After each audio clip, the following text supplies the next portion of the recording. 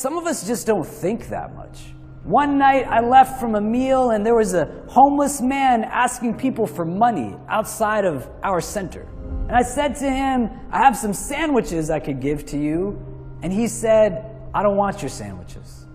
I walked away thinking that this guy doesn't want my food. All he wants is money. He's probably not even hungry, or he's going to use the money on drugs or alcohol or something like that. And I caught myself in my thoughts. And I said, the only person who can answer why he doesn't want my food is he himself. And so I walked back to him and I was a little annoyed and I said to him, why don't you want my food, man? And he walked to his shopping cart and he took out a bag and he said, I already have food. And he said, if I was to take your food in addition to the food that I have, there's no way I would be able to eat all of it, and some of it would get thrown away.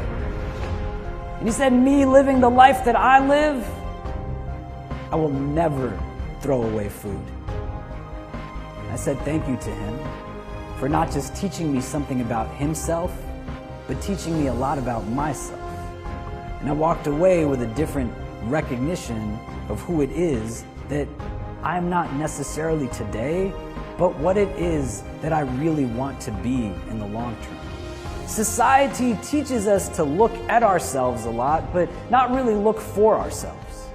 You just think about how much time you spent in front of a mirror, how much time you spent in terms of the care of your physical, your external, to fit into boxes that people place you in that you might not even know you're in, but you're trying to fit into somebody else's standard of who you're supposed to be.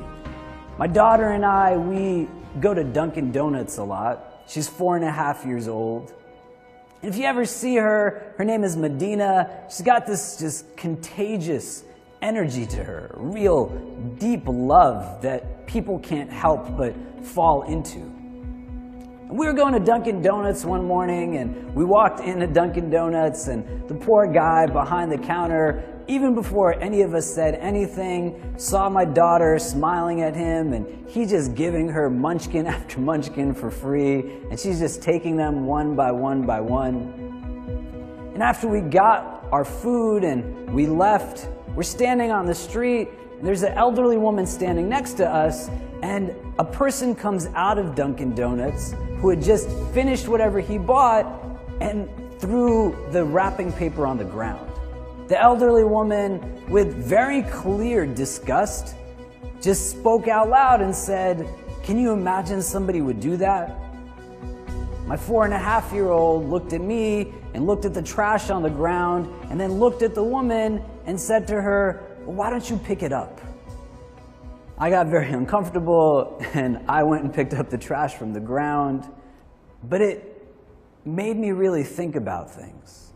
Where you have people who are definitely making the world a much dirtier place. And then you have people who can even identify that that's a problem, that you shouldn't be throwing garbage on the ground, but there's not that many people who are actually going out of their way to still pick it up and make it much cleaner. And I think where we transition into that third place, that says that it's not just enough to say that something that is not good, because you can say that that's wrong, but what are you doing that's right? What are you doing to add something that's just positive? I think we get scared sometimes because we fit into this very formulaic pattern of what it means to be successful. Our sense of identity is tied to things that we possess and things that we own, and our sense of fulfillment is based off of things that come from outside of us rather than inside of us. Nobody's telling us that we need to be honest, we need to be compassionate, we need to be merciful, we need to be just, we need to be loving, we need to be generous. But they're telling us that our sense of worth is based off of what it is that we drive and how big of that thing it must be. So you'll learn how to be a doctor, you'll learn how to be a lawyer, you'll learn how to be an engineer, you'll learn how to be an artist, an activist, an academic.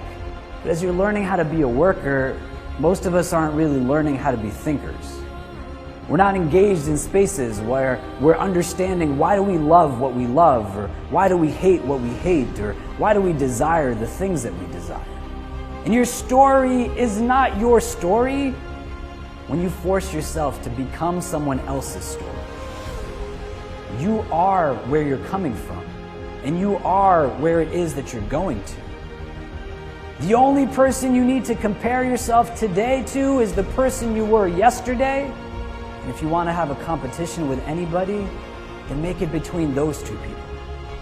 You'll find yourself in a space where the person you are today is no longer afraid to meet the person that you can become tomorrow.